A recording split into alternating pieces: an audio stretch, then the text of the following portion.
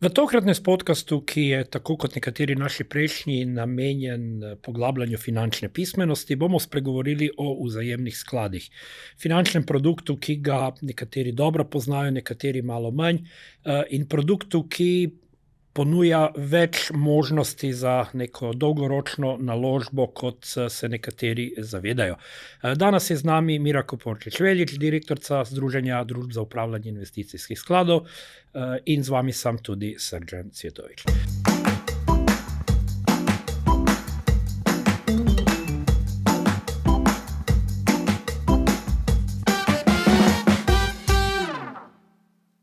Gospa Veljič, kaj so pravzaprav vzajemni skladi? Lep pozdrav tudi v mojem imenu, hvala za povabilo. Vzajemni skladi so dejansko finančni inštrument oziroma finančna kategorija, ki združuje prihranke večjih vlagateljev, investitorjev in potem s strani pooblaščenih družb za upravljanje in strokovnih upraviteljev nalaga ta sredstva v različne finančne inštrumente. Je dejansko kot nek podjem, predstavljamo kot neka košarica, v katero se nalagajo sredstva posameznikov in potem iz te košarice ven se kupuje portfelj tega sklada in se ga skuša čim bolj učinkovito upravljati za čim višje donose svojih vlagateljev. Komu bi bili vzajemni skladi najbolj zanimivi? Zakaj ne recimo naravnost na borzo, trgovati z delnicami, ali pa zakaj ne imeti denar na vezani vlogi v banki? Vse to, kar ste našteli, je, da rečem, tudi možen in pravilen način nalaganja naših sredstev, naših prihrankov. Vzajemni sklad ima pa kljub temu kar nekaj prednosti. Prvi je ta, da že avtomatično z vlaganjem v vzajemni sklad dosežemo neko razpršenost. Se pravi, da diverzificiramo svoje tveganje skozi to, da ko smo imetnik enote posameznega vzajemnega sklada, smo v bistvu posredno imetnik celotnega portfelja, ki je že po sami naravi razpršen. Če pa vlagamo sami, se pravi, konkretno kupimo 1 ali pa 4 ali pa 5 delnic, je naše tveganje, ta sistematični del tveganja neprimerno višji, zato ker ne moremo, razen če imamo ogromno količino sredstev, ne moremo tako dobro razpršiti, ker so že posamezne enote oziroma delnice ali pa obveznice nominirane v nekih zneskih. Prvi najpomembnejši razlog je razpršitev, diverzifikacija. Drugi je, da svoje sredstva na nek način prepuščamo upravljanje profesionalnim upraviteljem, strokovnjakom, ki tako rekoč 24/7 spremljajo kapitalske trge, analizirajo posamezna podjetja, delnice, makroekonomske dogajanja, geopolitična dogajanja in temu primerno upravljajo ta portfelj. Seveda smo zato dolžni potem tudi neko provizijo za upravljanje plačati, ker to prepuščamo strokovnjakom. Eden od pomembnejših razlogov, zakaj se odločati za vzajemne sklade, je tudi ta, da veliko ljudi se raje odloči za pasivni način investiranja. To je način, tudi jaz sama tako varčujem. Mogoče nimajo časa, mogoče nimajo niti znanja. Eno je, da nimaš znanja. Jaz bi zase mogoče lahko rekla, da imam nekaj znanja. Ampak da nimaš časa, še bolj pomemben razlog je pa, da si preveč čustvena. Se pravi, da prehitro odreagiraš, ko se na borzi oziroma na trgu kapitala nekaj dogaja, in da na nek način se raje odločiš za pasivni način vlaganja in to prepustiš strokovnjakom. Da vklopiš avtomatskega pilota, rečemo temu, in razmišljaš samo o tem, da varčuješ na dolgi rok in ne gledaš dnevno, kaj se dogaja s tvojimi delnicami. Seveda je možen tudi drug pristop, ampak ta zahteva veliko znanja, veliko časa in energije, pa tudi zelo dobre živce. Ta vedenjska ekonomija, ki nas dostikrat zanese, da odreagiramo ne kot homo economicus, ekonomsko logično, ampak čustveno, je tukaj bistveno nižja. Verjetnost, da bomo ravnali napačno in se prepustili čustvom. Torej, če vas pravilno razumemo, na nek način so vzajemni skladi neka vstopanca v svet bolj aktivnega nalaganja, bolj aktivnega upravljanja z denarjem. Drži, jaz si upam trditi, da je v bistvu odločitev za vstop na trg kapitala za neprofesionalne male vlagatelje je verjetno najbolj primeren način, da najprej preizkusimo tako, da kupimo enote vzajemnega sklada in šele potem, da se odpravimo neposredno na trg kapitala in sami kupujemo delnice, obveznice ali potem kakšne druge izvedene finančne inštrumente. Mogoče dodaten razlog še, zakaj so slovenski vlagatelji motivirani, da varčujejo v vzajemnih skladih. Slovenske družbe za upravljanje, ki upravljajo vzajemne sklade, imajo tako imenovane krovne sklade, v okviru katerih lahko posameznik prosto prehaja med posameznimi vzajemnimi skladi, ki so različnih vrst, od delniških, obvezniških do različnih regionalnih ali pa različnih panožnih. In medtem, ko prehajajo med temi vzajemnimi skladi, jim ni potrebno plačati kapitalskega dobička, ne? No, pa ena izmed okoliščin, ki odvrne marsikoga od neposredne udeležbe na borzi.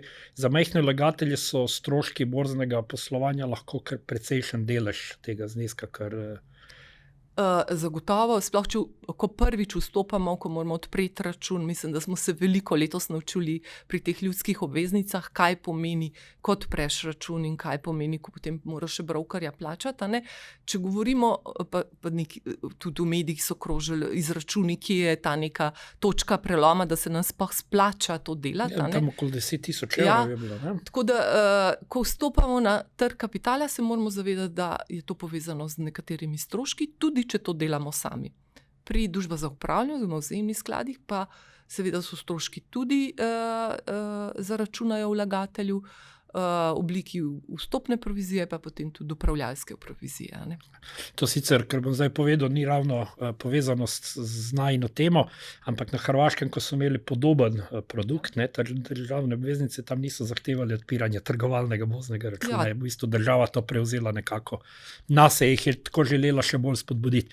Ampak kar sem želel vprašati, recimo, povedali smo ta nagnjenost pasivnosti pri vlaganju in seveda skrajnost pri tem pasivnem vlaganju je recimo banka. Ne? Zdaj najslabše seveda imeti vpogledno vlogo, naslednji korak bi bila vezana vloga, tam so stvari jasne, zračunaš in to je to. Na drugem koncu je pa recimo naravnost poslovanje na borzi, ampak skladov je seveda, vse ste že sami omenili, več vrst in se razlikujejo glede na stopnjo tveganja. Skratka, kako se oblikujejo posamezni skladi? Omenili ste že stopnja tveganja, regionalna, panožna prisotnost. Kako se oblikujejo posamezni skladi in kako upravljavci skladov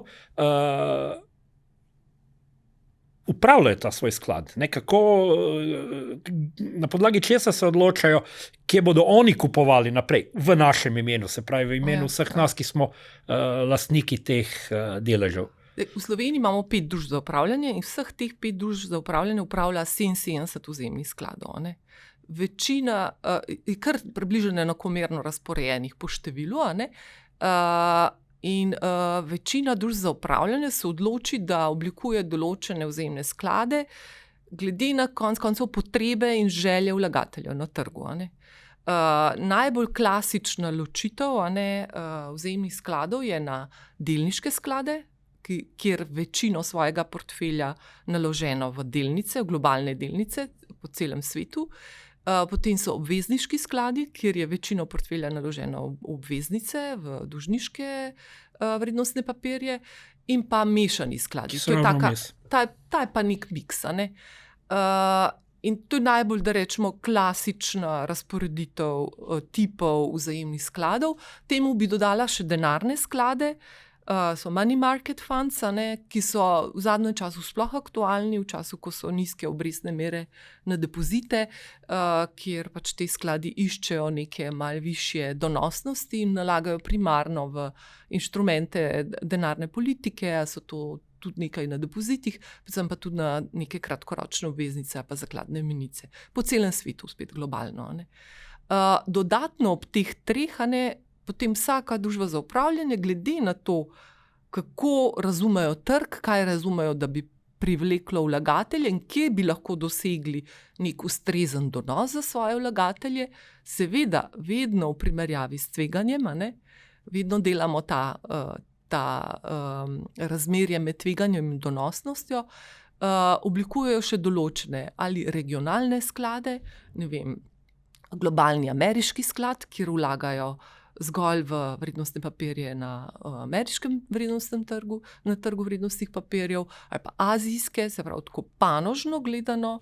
Ali pa so recimo tehnologija ali pa farmacija. Potem pa še panožno gledano, pa pač zdravstvo, tehnologija. Zdaj, aktualni zadnja leta so pa tudi skladi, ki so trajnostno usmerjeni, v neko trajnostno politiko. To ne izključuje eno drugega, in lahko se prepletajo, kombinirajo. Seveda. Naša industrija je zelo regulirana, in vsa regulacija nagovarja predvsem zaščito vlagatelja, in pa seveda tudi to, da se ne ruši nek makrofinančni sistem v državi. In skozi to regulacijo, kaj je prvo pravilo? Da smo izjemno transparentni, prav, da morajo naši upravitelji poročati dnevno, mesečno, letno. Ja, poročati in tudi vnaprej vlagatelju povedati, kam vstopa, v kakšen tip sklada. In teh pravil se morajo potem tudi jasno držati, ker jim to tudi Agencija za trg vrednostnih papirjev potem nadzira in odobrava konec koncev vsako ustanovitev novega sklada. Pa če se zdaj vrnemo ravno tem 3 temeljnim skupinam, ki smo rekla, se pravi, imamo delniške, imamo mešane, imamo obvezniške. Kot ste že sama namignila, jih je težko popredalčkati, kar se včasih mogoče. Ampak probimo recimo povedati temeljne značilnosti vsakega od teh. Se pravi, kakšna je stopnja tveganja pri enih, drugih, tretjih, kakšne so potenciali enih, drugih, tretjih, kakšno je mogoče tudi dozdajšnje delovanje enih, drugih, tretjih. Čeprav moramo vedeti, da zgodovinski rezultati niso nujno jamstvo prihodnega. Nasprotno, nikoli ne smemo glede na pretekle donosnosti se odločati o vlaganju. No, do tega še prideva, ko bova nekako opredelila, kaj so razlike, bova pa šla kar naravnost na vprašanje, kako izbrati zase najprimernejši sklad. Ampak dajva najprej mogoče tisto šolsko definicijo. Da lahko čim bolj šolsko govorila o lastnostih same obveznice ali pa delnice, in to pač aplicirano potem enako velja za sklade oziroma podobno. Obveznica je dolžniški vrednostni papir in je po definiciji manj tvegana naložbena kategorija. Dolžniški vrednostni papir proti delnici, ki je imetniški vrednostni papir, in pomeni, da ko kupiš delnico nekega podjetja, na tak način, tako rekoč, postaneš solastnik tega podjetja in deliš usodo vseh lastnikov, se pravi tega kapitala, ki je v podjetju. In kapital in lastnik je vedno zadnji v vrsti pri poplačilu. Vsi drugi upniki so prej. In ker je obveznica upniški vrednostni papir, dolžniški, je v bistvu na strani upnikov in ima prednost pri poplačilu. In je verjetnost, da obveznica ob svoji zapadlosti ne bo poplačana, se pravi, da imetnik obveznice ne bo dobil nazaj svojega denarja, relativno nizka in je odvisna zgolj od bonitete izdajatelja. Tle pa vemo, da imamo različne bonitete, tako da niso zdaj spet vse obveznice absolutno nizko tvegane.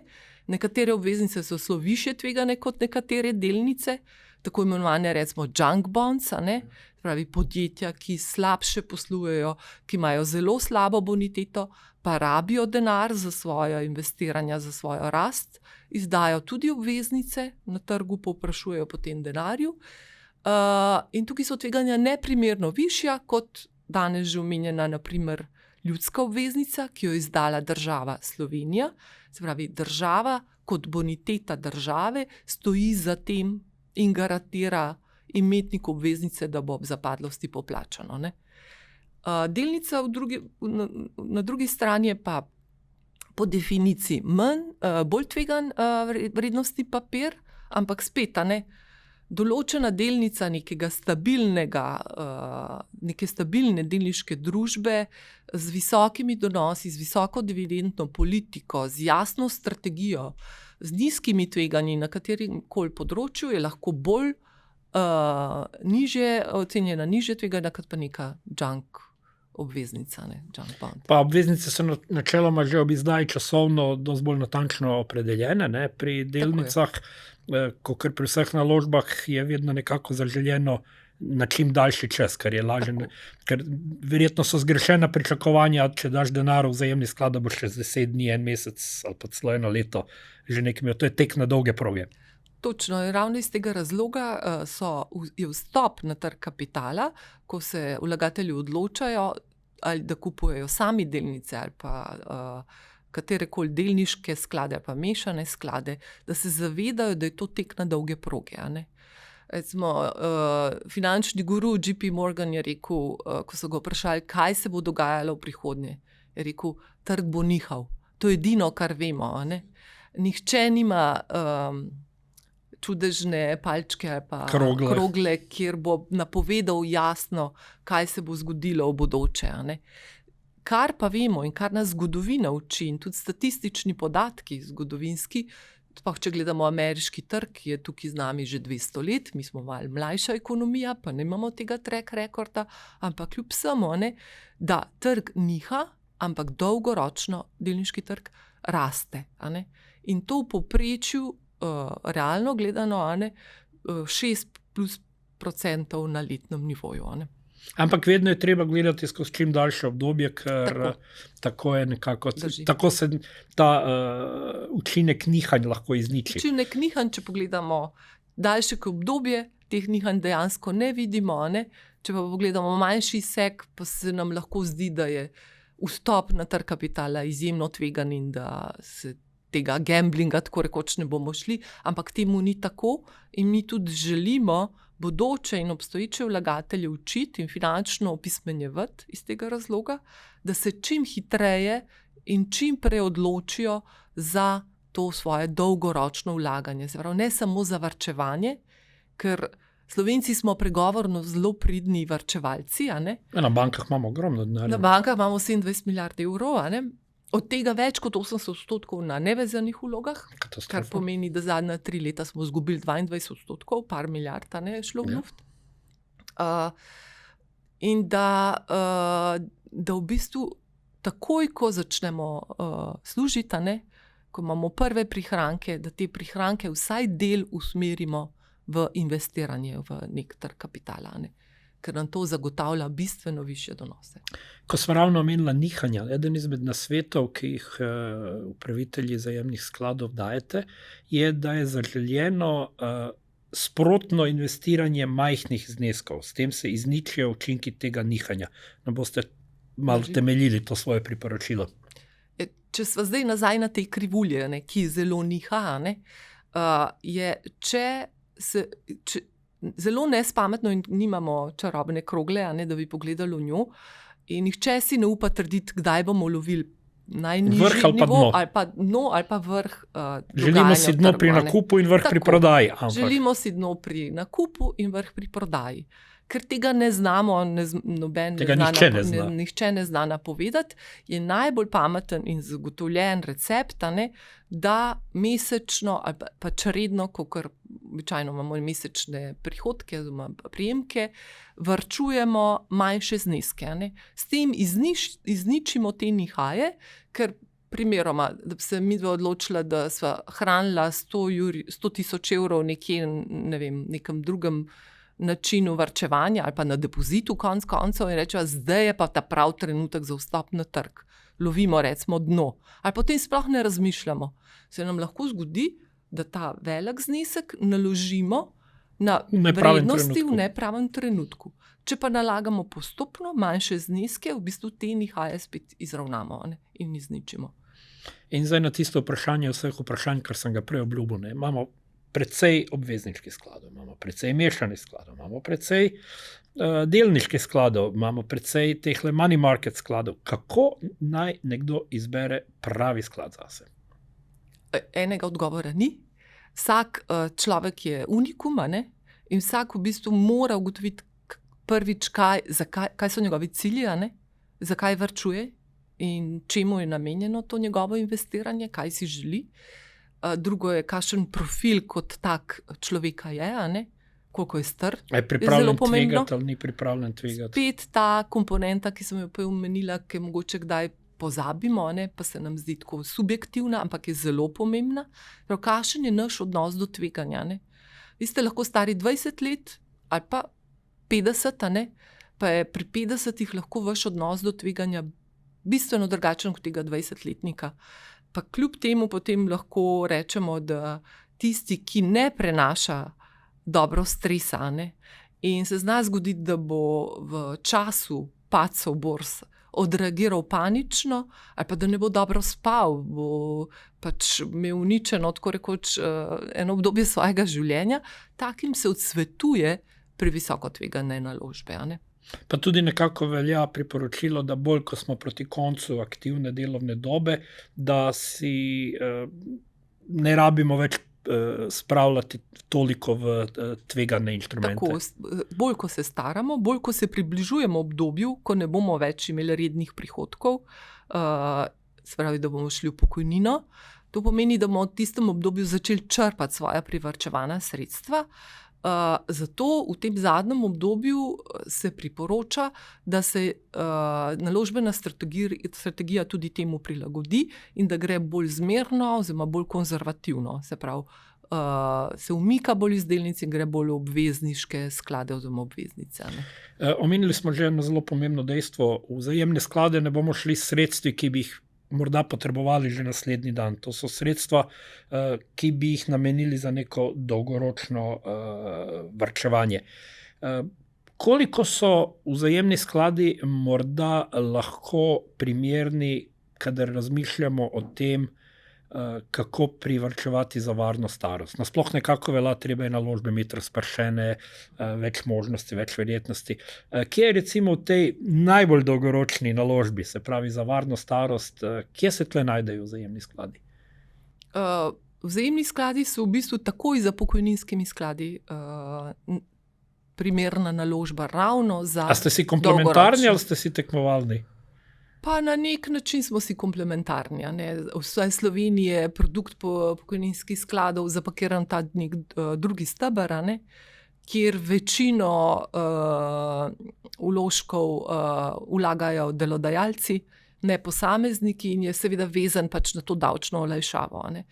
In pri pokojninskih skladih je na nek način portfelj in način, kam lahko nalagajo ta sredstva pokojninski skladi, še bolj omejen kot pri nas. Imajo pa tudi produkt, kjer je neka garantirana donosnost, ampak je izredno nizka. Ja. Tako da ne bi rekla, smo čisto konkurenčni iz teh dveh razlogov, ker je strategija upravljanja pa portfelja drugačna, pa tudi vlagatelj je drug, primarno delodajalec v Sloveniji. Tako da vzajemni sklad je absolutno produkt, ki je najbolj primeren za dolgoročno varčevanje in za neprofesionalnega vlagatelja, ki ni pripravljen sam iz različnih razlogov vlagati in vstopati na ta trg kapitala. Je pa treba povedati, seveda vsak od nas, ki nekaj privarčuje, mora imeti tudi neko varnostno rezervo v depozitu, ali to vezan depozit ali na pogled. Vse odvisno od naših ciljev. Pa tudi nekaj likvidnih sredstev. Seveda, likvidnih sredstev, neke zdrave rezerve. Šele potem, ko imamo nekaj prihranjeno, privarčevano z prihranjenimi sredstvi, ki so, da rečem, nad to likvidnostno rezervo, vstopamo na trg kapitala.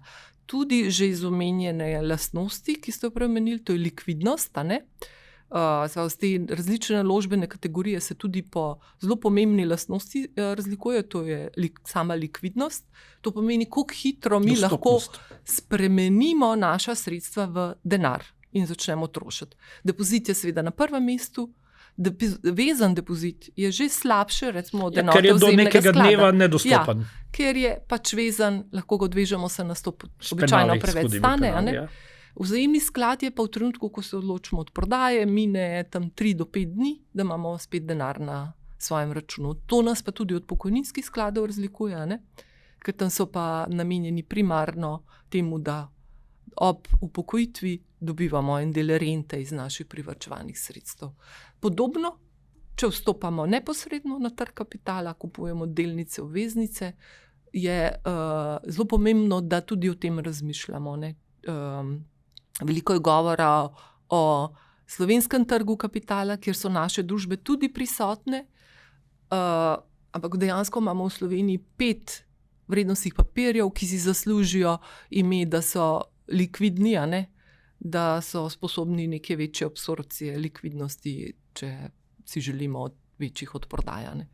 Omenili ste prej dohodninske oziroma davčne spodbude in v bistvu tudi pri vzajemnih skladih država spodbuja to dolgoročnost, ko gre pri obdavčevanju dobičkov. Spodbuja ali pa kaznuje. Ja, kaznuje takratke, ne? Ja, tako. Kot vemo, pač v Sloveniji kapitalski dobiček relativno visoko obdavčen. Stopnja v prvih 5 letih je 25%, trenutno se tudi stalno malo spreminja. Ja, je bilo tudi 27,5 enkrat vmes. Tako, 27,5, pa 25, pa zdaj spet 25, potem se pa po 5 letih znižuje in je po 15 letih šele ničelna stopnja. Pravi, vi morate vztrajati v vzajemnem skladu ali pa tudi kjerkoli drugje na trgu kapitala, vsaj 15 let, da ne plačate davka. Če prodate v prvih 5 letih, plačate kar 25%.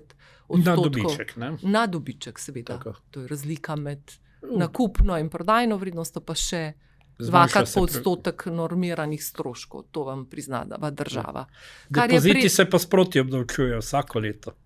Če imate toliko, da je več kot 1000 evrov obresti, drži. Dobro, torej rekli smo, delniški skladi so bolj tvegani, ampak večji potencial imajo. Seveda, lahko je pa pol tudi večja možnost, da gre v minus. Ampak pravite, dolgoročno so tudi te najbolj tvegani skladi, če dovolj dolgo obdobje potegnemo, ustvarjajo dobre dobičke. O kakšnih vrednostih govorimo? Omenili ste okoli 6% letno poprečje v nekem daljšem obdobju. Kaj imamo pri mešanih, kaj imamo pri obvezniških? Kakšni so tam recimo, ne bom rekel pričakovani donosi, ampak dozdajšnji donosi? Omenila sem 6% na globalnem nivoju, če gledamo ameriški trg, realne rasti, mešani so nižji, tam okrog 5%, obvezniški pa tam okrog 4% gledano globalno in na dolgi rok.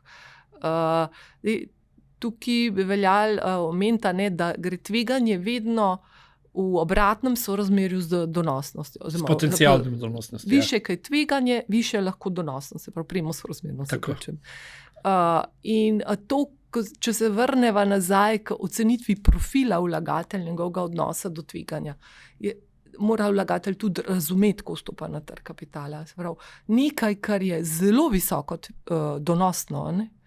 In tukaj bi tudi poudarila, da tudi če vam nekdo ponuja izredno visoke donose na trgu, pa da ni nek reguliran subjekt, svetovalec, bodite zelo pozorni. Ker ni visokega donosa brez visokega tveganja na trgu kapitala. Koliko so vam ljudske obveznice skočile v zelje? V bistvu nič. A ste opazili kakšne odlive takrat, ko je bilo razpisano? Ne. Mislim, da so po moje edini učinek bil pri odlivih na depozitih, kolikor sem spremljala podatke Banke Slovenije, je tam malo zanihalo. Sicer pa v vzajemni skladi letos res imajo rekordna neto vplačila.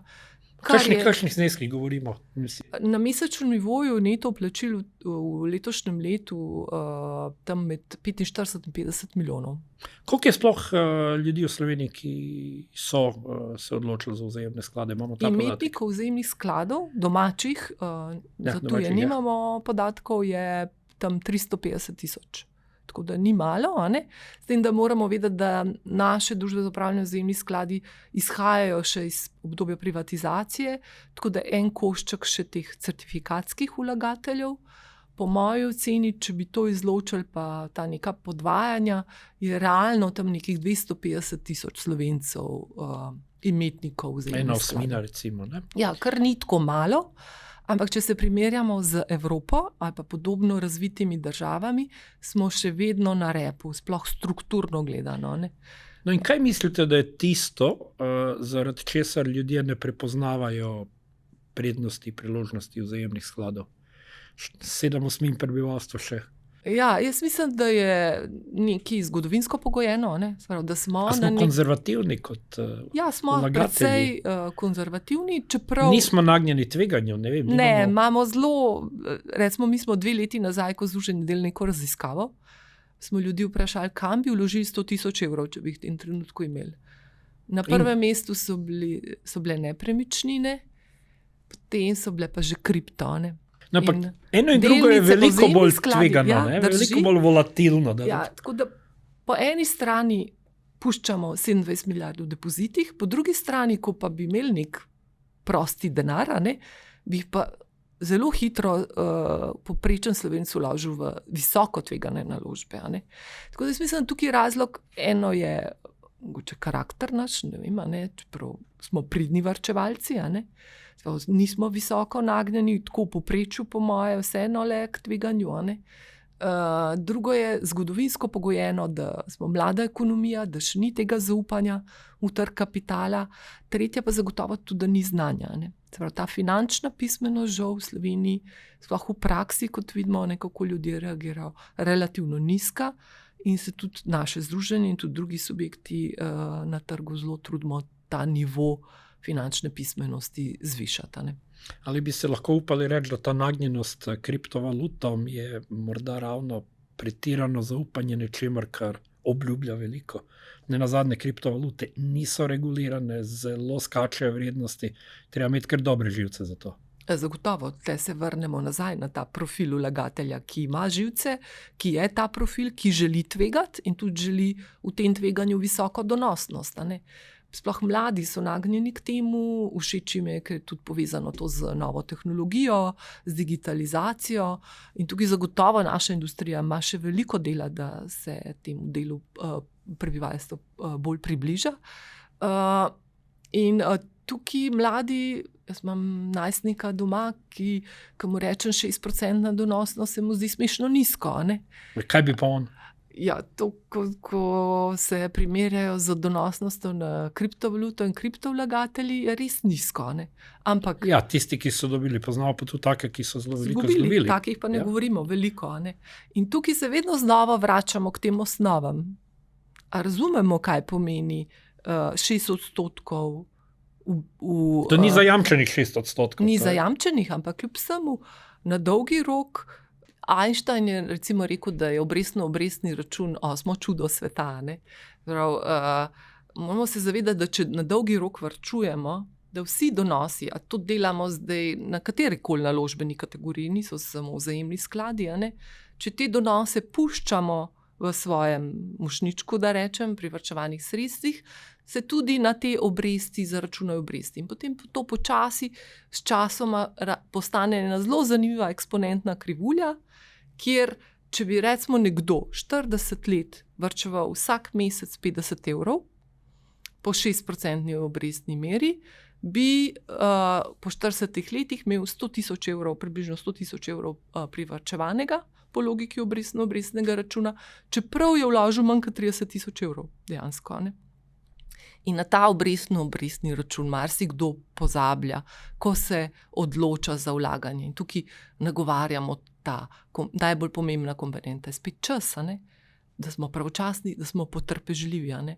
In če tega ne zmoremo, da raje vklopimo avtopilota in nekdo to dela za nas in upravlja ta sredstva čim bolj smotrno. Govorila sva tudi o profilih. Imate kakšne podatke, kakšna razpršitev sredstev vlagateljev med temi 3 temeljnimi skupinami vzajemnih skladov? Skratka, a se bolj odločamo za delniške, ali se bolj Ja, odločamo Slovenci smo spet, ko se odločimo vlagati, ker lažje odločimo tvegati, a ne, in imamo skoraj 70-80% v delniških skladih, a ne, naših skladih. Potem sledijo obvezniški, mislim, da nekje 30% in ostali, a ne. V tujini ni tako, a ne. So veliko bolj, so recimo delniški še vedno prednjačijo, ampak so tam na nekih 50-60% v strukturi. Iz tega bi človek sklepal, da tudi vi svetujete, naj vlagatelji dajo nekaj v delniške, nekaj v recimo mešane ali pa obvezniške. Ja, večino vlagateljev, ki vstopa v naše vzajemne sklade, v naše produkte, se odloči za to, da kljub razpršenosti že po naravi sami posameznega vzajemnega sklada razpršijo svoje vložke na različne tipe vzajemnih skladov, a ne. Se pravi, če se odločiš, da varčuješ v vzajemnih skladih pod okriljem ene družbe za upravljanje, da nekaj sredstev nameniš delniškim, nekaj obvezniškim, nekaj tehnologiji in potem, tako kot sem omenila, je to kot krovni sklad, lahko brez davčnih implikacij prosto prehajaš med temi skladi in se konec koncev tudi odzivaš na to, kaj se dogaja na trgu ali pa kaj se v tvojem življenju spremeni, a ne.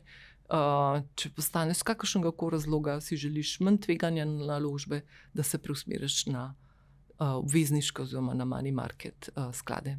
Omenili smo primernost vzajemnih skladov pri ustvarjanju varne starosti.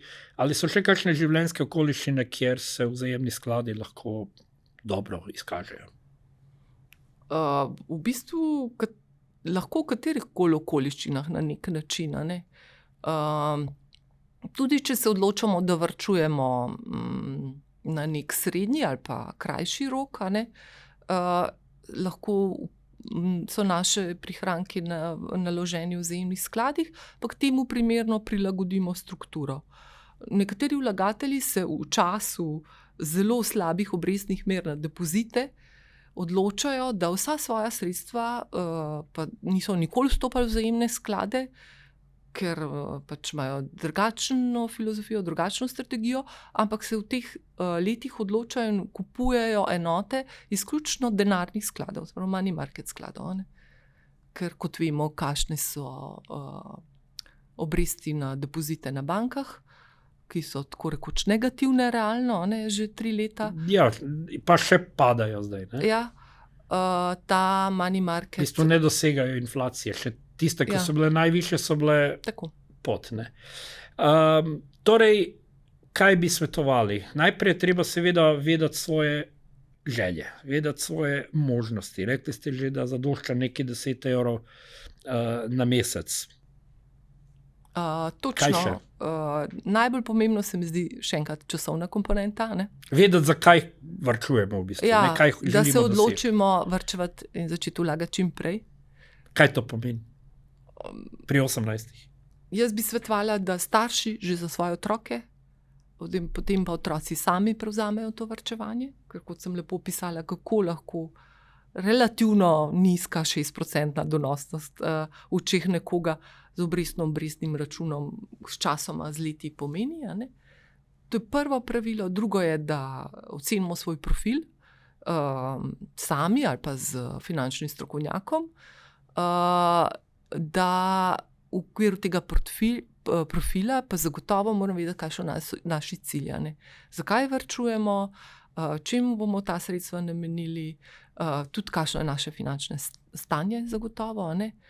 Koliko časa, energije imamo, koliko si želimo sami raziskovati trg, a ne. Se ukvarjati z davčnimi napovedmi, to je tudi pomembno, a ne. In potem v okviru tega se odločiti o nekih pametnih, razpršenih, zelo pomembno pravilo je tudi razpršenost, prav ne vsa jajca v eni košari nositi, kam potem naložimo svoja sredstva. Torej, razpršenost, vzajemni skladi so lahko torej eden od teh finančnih inštrumentov, načinov, kako lahko varčujemo. Dobro, upamo, da smo malo razsvetlili tudi za tiste, ki morda v vzajemnih skladih še niso toliko vedeli. Skratka, vedeti, kakšne so želje, kakšni so nameni, kakšne so možnosti in potem glede na to izbrati enega ali več od teh skladov, ki bodo sledili temu. Morda še kaj za sklepno besedo?